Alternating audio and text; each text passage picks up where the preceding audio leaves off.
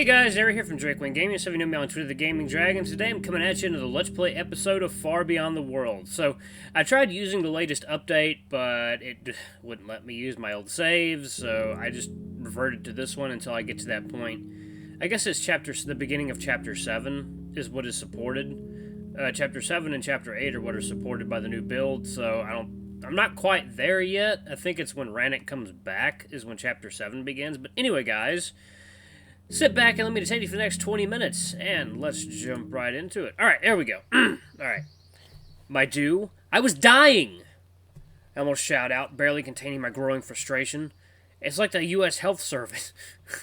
They'll bleed you dry while trying to save you. Well, yeah. We're a highly meritocratic society. Nothing is handed out here. I had hoped we'd avoid this conversation altogether if you realize it on your own. Oh, sorry, I didn't realize earlier that I'm being enslaved. How silly of me.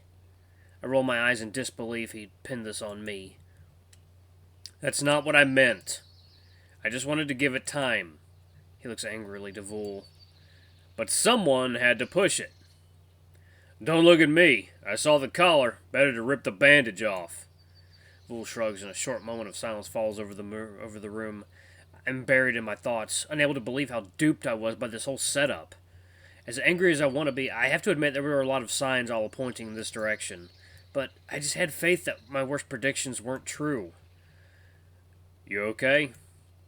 I would say I'm livid, but I'm actually too stunned for that. I mutter, not even regarding him. As the silence continues, I notice Ranik's impatience grow. Eventually he just snaps and bangs his paw on the table. Can you just go? He throws Vul an angry stare. You keep making everything worse. Worse? You are such fucking hypocrites. The black male scoffs through a sneer. You both shit on me for being blunt, while you two are simple lying cunts. Damn, Vul. Jesus. What are you on about? My eyes dart between their growling muzzles. Do you think Varissa gives a flying fuck about this human whelp? He asks mockingly. She only entertains this charade because if she pulls it off, she'll secure her position as a shaman forever after. And don't get me started on you, you self-righteous asshole. All you really need this human for is to prove to everyone what a perfect little chief you would make. How the ancestors themselves anointed you in your master plan. Change. Vul huffs, rolling his eyes. You would no change if it hit you in your muzzle. Vul. Ranik's expression twists into a snarl as his entire body tenses. Please, at least have the decency to not manipulate that gullible idiot like you do. Okay. My heart begins to race. But it's not fear this time. This time it's annoyance, and that yet again I'm being caught between their stupid spats. As much as Vul makes some valid points, he's the last one to speak. You did manipulate me! I shout at him, causing them both to gaze at me in surprise. At the feast, I thought... I try to be calm, but my emotions whirl in the wrong direction and my eyes gloss. I thought you liked me. I thought we were becoming friends. Ranik's softened expression proves that my hurt is clearly painted over my face, but Vul is not receptive to it. Instead, he gives me a nasty look, one of those he hasn't given me since the day he stabbed me. Friends? What do you think this is, a den tale? I barely know you, kid. All I did was to keep you from fucking us over with your spiraling emotions. Seriously, are you that desperate for attention and approval? He sneers, and I've had enough. I stand up and bang the table, looking at him angrily through tears. In case you forgot, I don't have my fucking memory. No family or friends to speak of. I don't have anyone. It's just me and nothing else. So yes, forgive me if I seek friends wherever I can. As I stand there, with my rattled breath half expecting Vul to lash out again, I'm met with something unexpected. A stunned expression. Vul sits still, trying hardest to look unmoved, but it's quite evident my little rant made him quite uncomfortable. Heh, who's a fucking hypocrite now? Ranik looks to him with begrudging satisfaction.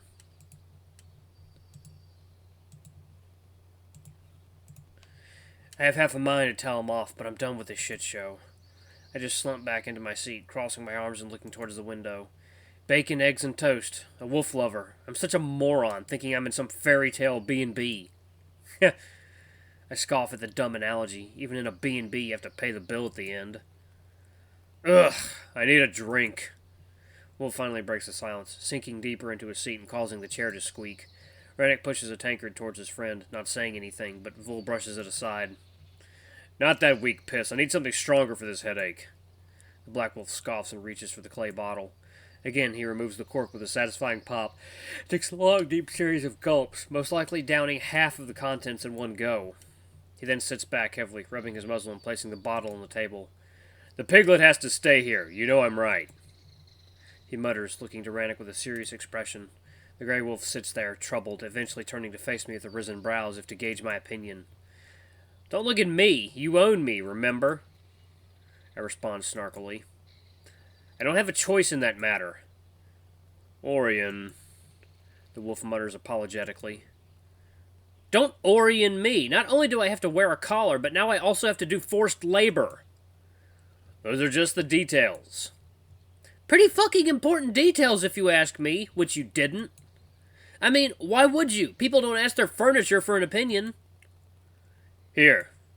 Vul slides the bottle towards me and I simply sigh. Fuck it. I'm so angry at this point that I might just as well take a deep swig. That's why I made you my attendant. This way I can say you're doing your job while you don't have to lift a finger.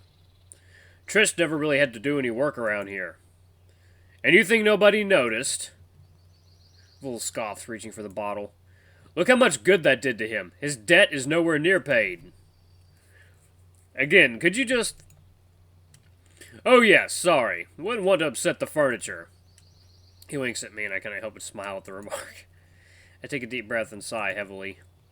This is fucking ridiculous. I woke up in this damned house, got choked to near death by a massive wolf, then stabbed by said wolf, only to learn that I'm now a slave.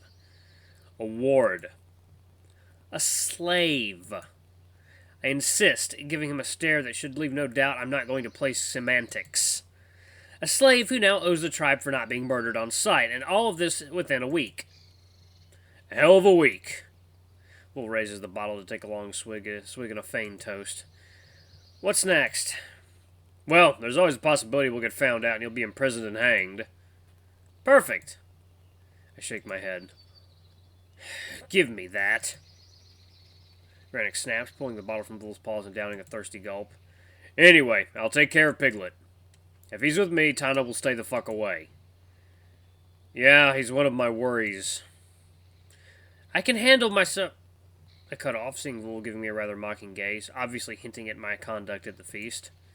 I know I messed up, but I have a better bearing now. Now they both give me doubtful looks. Look, had Ranik not... The Grey Wolf's eyes widen in fear, and I realize I cannot actually explain our little jealousy game.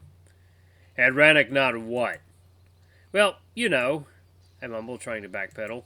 Backpaddle. You said it yourself. He can act like a fool. Yeah, him ditching you alone with Tano to fondle some tits was a classic move.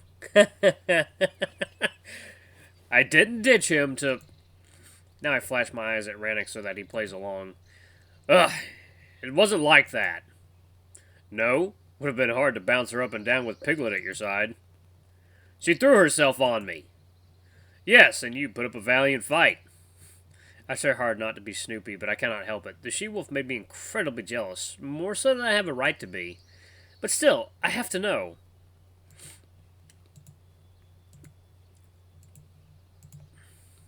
Is that a common occurrence?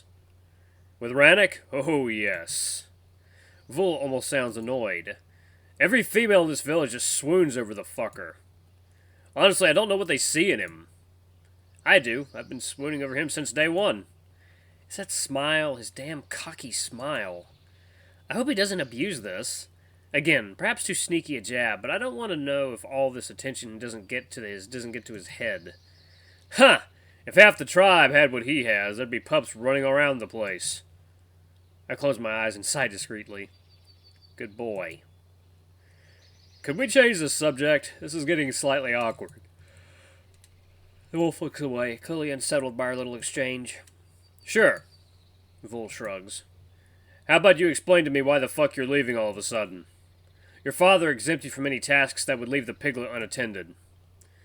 You mean without someone to attend to? He flashes his brows at me in amusement, causing Ranik to sigh. Someone has to find out what happened with Regur and Delrin. It's been way too long.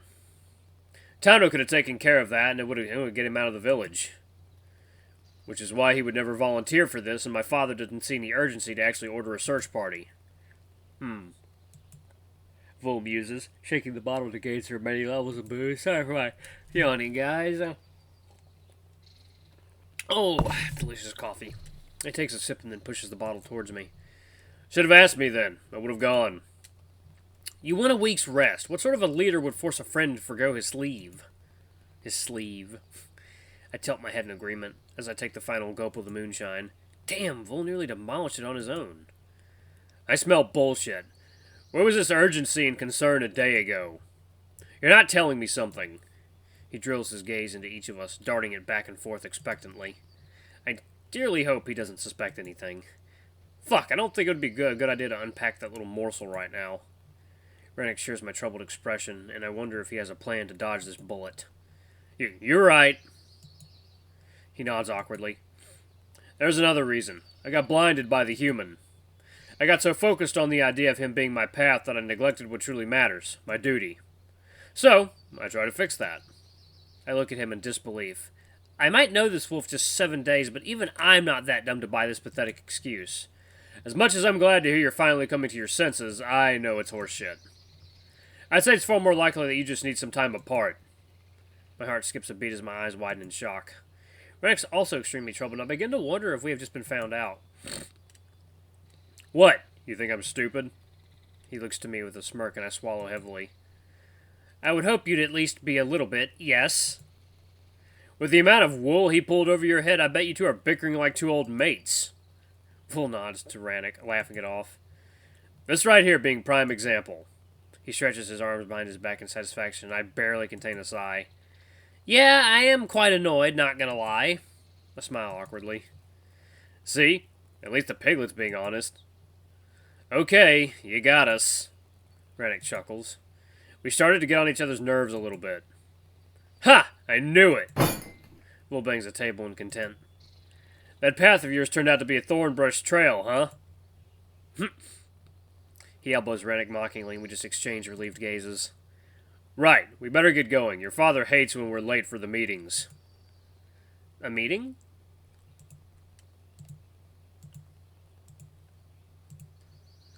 Yes, before any pack leaves, the elders come to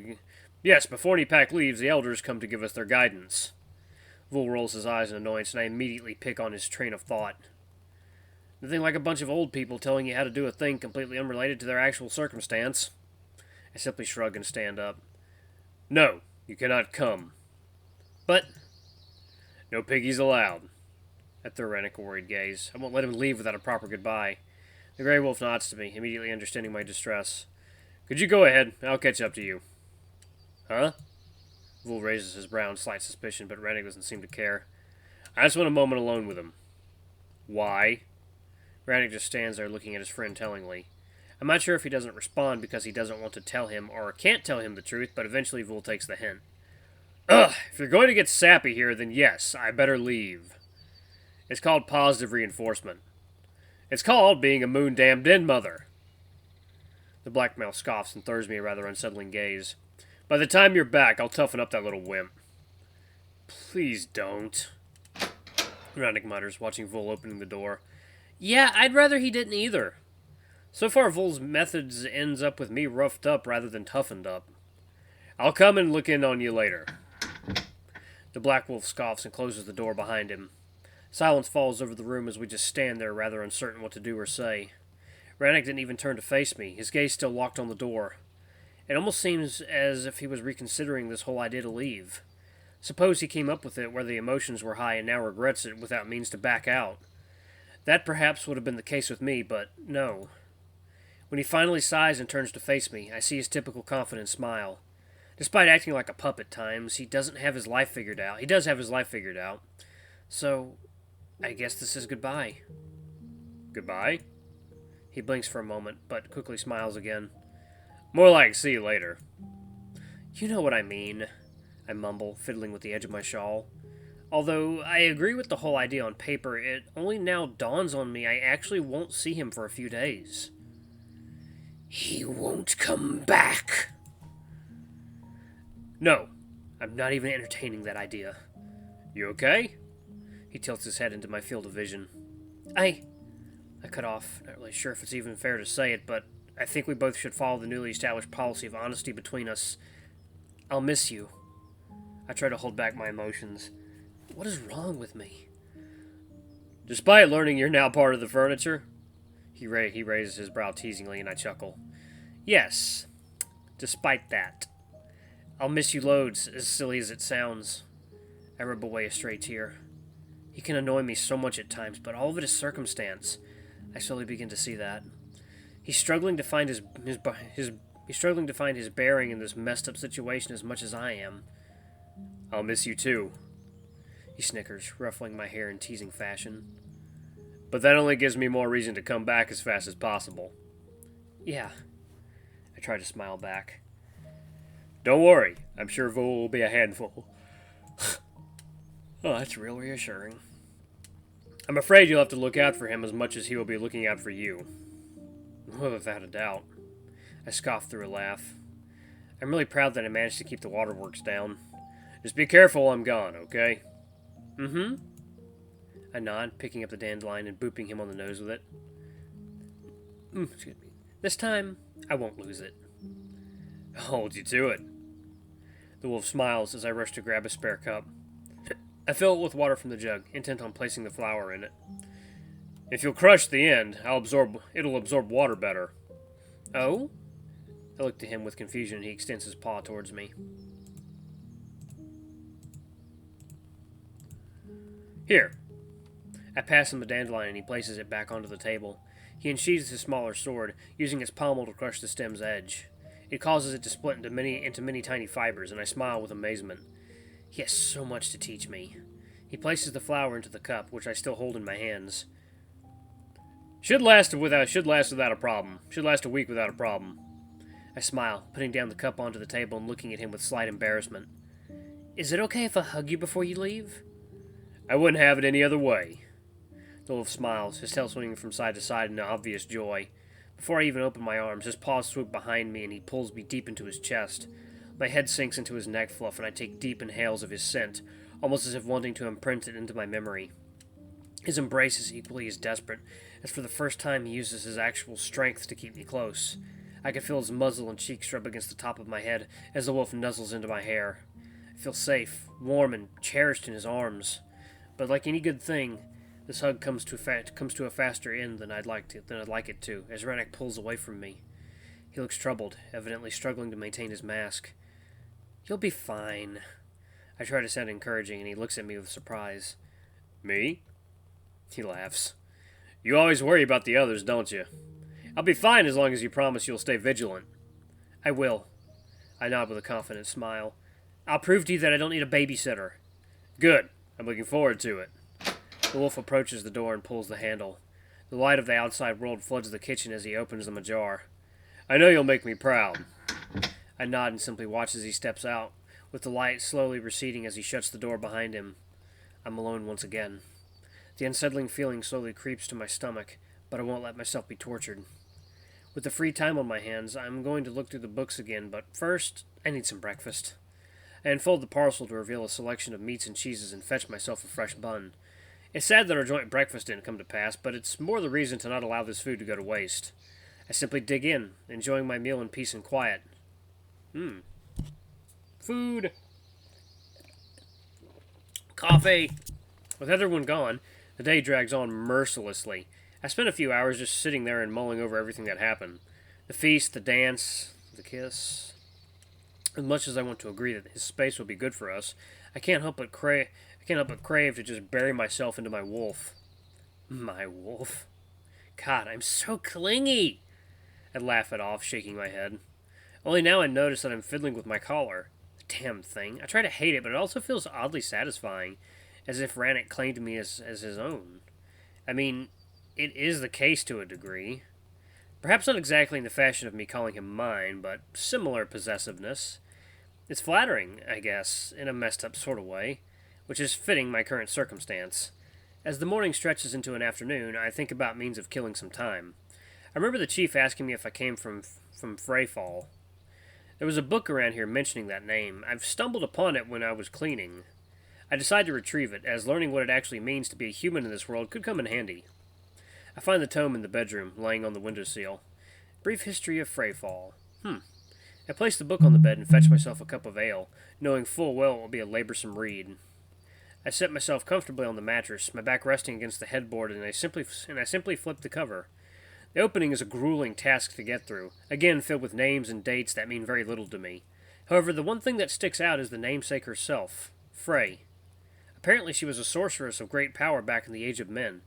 From context, I assume humans once ruled over this world, although the book so far doesn't state what exactly caused the situation to change. Alright, I'm going to save it right here, guys. Thank you so much for watching. This has been Ranik's departure for now. Hopefully that wolf will be back here soon. I am interested to see how Orien adjusts over the course of, like, a few days or, like, at least a week with Ranik being gone. I want to know what he gets up to in the village. That should be interesting. But anyway, guys, thank you so much for watching. Don't forget to like, comment, subscribe, and ring that notification bell. To the next video, I love you all. I'll see you next time. Bye-bye!